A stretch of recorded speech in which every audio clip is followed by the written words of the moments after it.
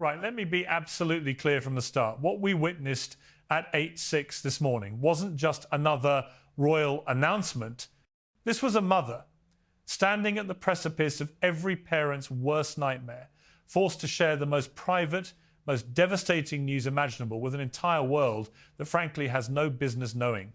But here's the thing, and I've said this countless times, when you're born into that family, privacy isn't a luxury you get to enjoy. It's the price of the crown, whether we like it or not.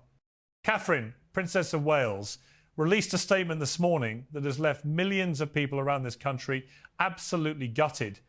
Her youngest son, 5-year-old Prince Louis, the little boy who's made us all laugh with his cheeky faces at Trooping the Colour, has been diagnosed with a condition requiring ongoing medical care. Now, the palace hasn't given us the details, and quite frankly, they shouldn't have to. But what strikes me most about this entire situation is the careful, almost painful brevity of that statement. No medical jargon, no false hope, no reassuring platitudes about how everything will be fine. Just a straightforward acknowledgement that their family is facing something genuinely serious. Within minutes, and I mean minutes, every broadcaster in the country interrupted their programming. I watched BBC anchors struggling to keep their composure. Sky News went silent between sentences. Even in America, where it was still the middle of the night, networks broke into their scheduled coverage. And you know what that tells me? This isn't about royalty. This is about a child, a little boy who should be playing in the garden, not becoming the subject of international news coverage. I've been critical of the royals, God knows I have. I've called out Harry and Meghan more times than I can count. I've questioned decisions made by various members of that family.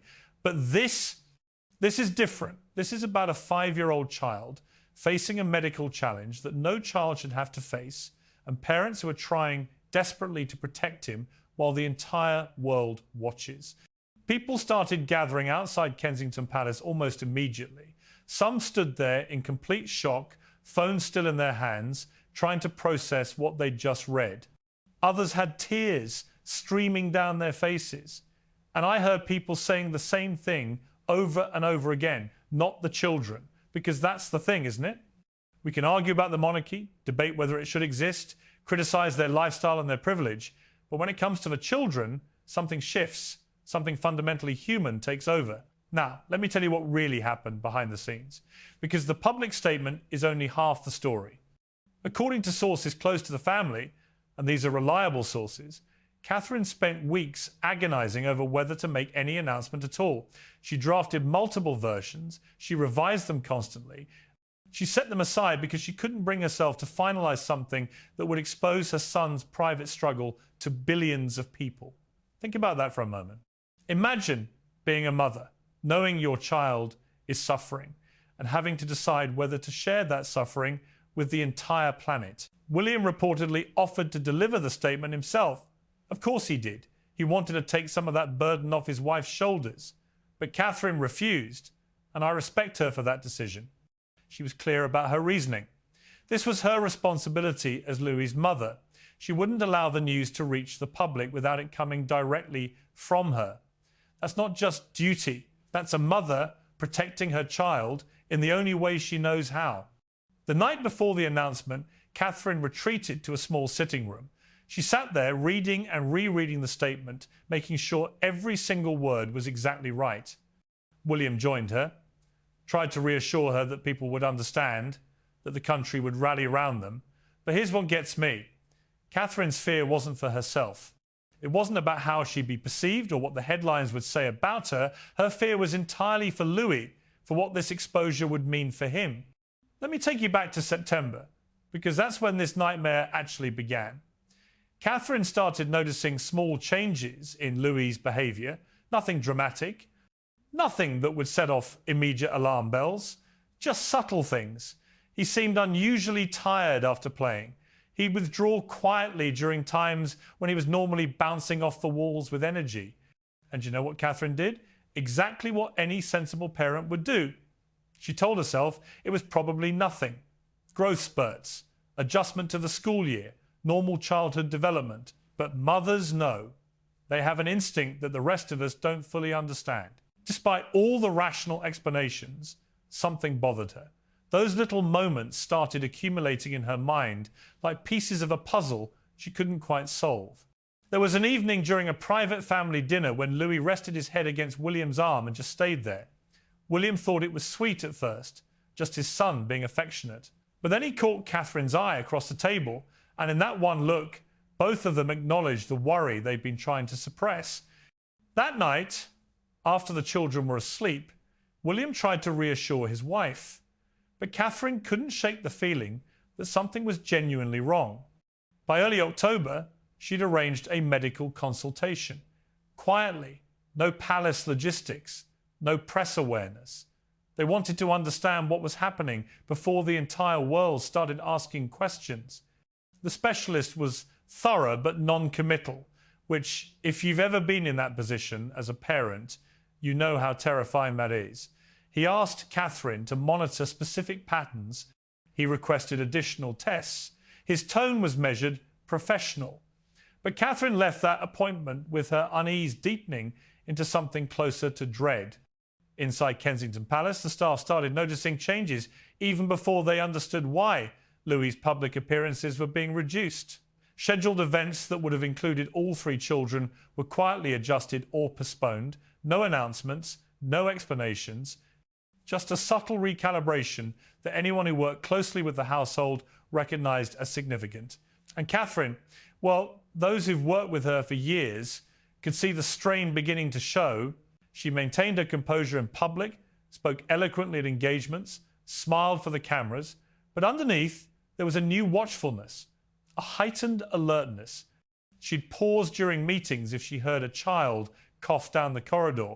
Her phone would buzz and she'd step away without explanation. These weren't the actions of someone casually concerned. This was a mother on high alert. The real turning point came in mid-October during what should have been an ordinary school morning. Louis hesitated at the foot of the stairs. Not the typical reluctance of a child who doesn't want to go to school. Something different.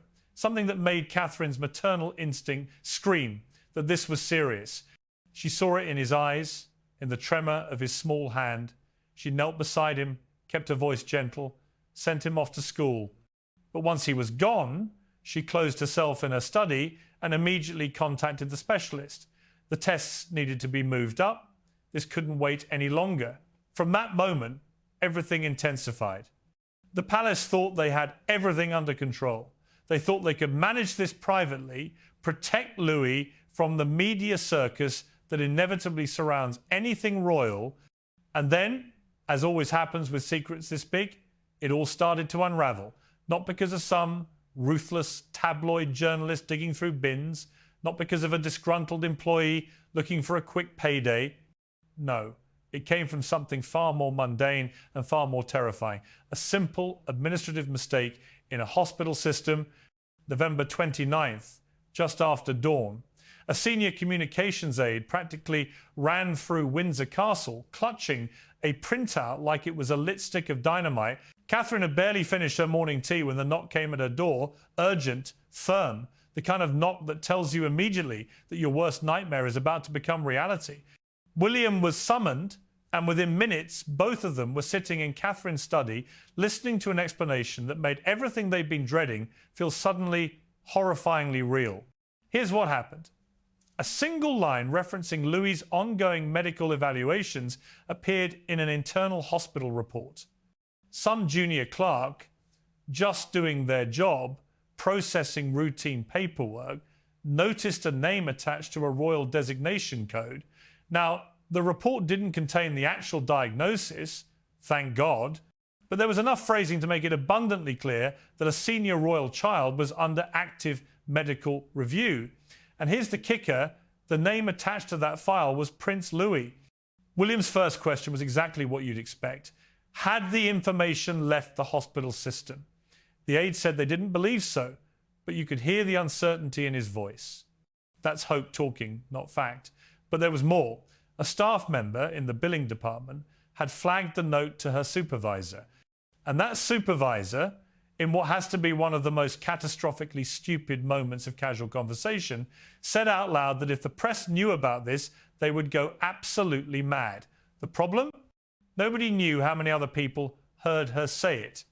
Nobody knew whether phone calls were already being made to media contacts. I've seen Catherine handle pressure with extraordinary grace over the years. But imagine being told that your son's private medical struggle, the thing you fought desperately to protect, is now potentially circulating through hospital corridors and God knows where else. The walls were closing in, and there wasn't a damn thing she could do to stop it. William promised they'd get ahead of it, that they wouldn't let the press define the narrative around their son's health. But even as he was saying these words, the palace machinery was roaring into emergency operation. By 9 o'clock that morning, there was an urgent conference call with senior communications staff, legal advisors, representatives from the king's household. Charles, despite being exhausted and it being ridiculously early, insisted on being part of every conversation. His voice came through the line low and gravelly, but absolutely resolute. Containment was the priority. If even a whisper of this escaped to the press, the media would feast on it without restraint or compassion. Princess Anne joined moments later, and let me tell you, when Anne gets involved, you know things are serious. She listened to the entire situation in complete silence, her jaw visibly tightening.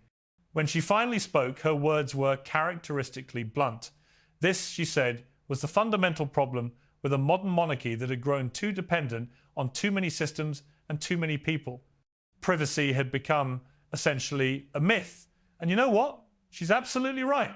Camilla dialed in from Clarence House with a gentler approach, cautioning against panic, but acknowledging they couldn't pretend this was a small matter. By midday, the palace made formal but discreet contact with the hospital administration. Files were locked down, access logs reviewed.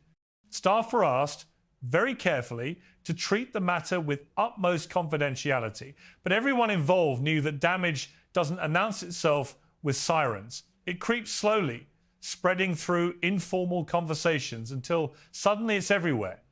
By evening, the quiet concern transformed into active alarm. An editor at one of Britain's more aggressive tabloids contacted a palace press officer with a question that seemed innocent on the surface but carried an unmistakable threat underneath. The editor asked whether everything was all right with the youngest Wales child, mentioning casually that they were hearing chatter from medical circles. That single inquiry was the moment everyone realised containment had failed. William and Catherine stood together near the windows at Windsor, watching the winter sky darken. William stated what both of them already knew. The press knew something.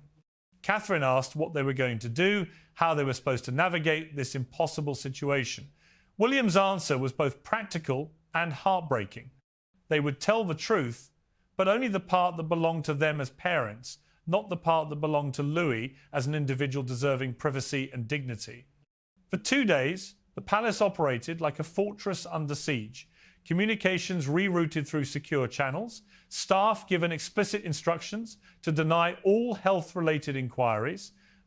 Every conversation, every email carried an undercurrent of barely controlled anxiety. But the tabloid editor wasn't deterred. A follow-up email arrived late that night, and its message was crystal clear. They understood Prince Louis had undergone recent medical evaluations, and they intended to publish unless official clarification was provided. It was both warning and threat. By midnight, William and Catherine were meeting with advisors again, exhaustion clinging to both of them.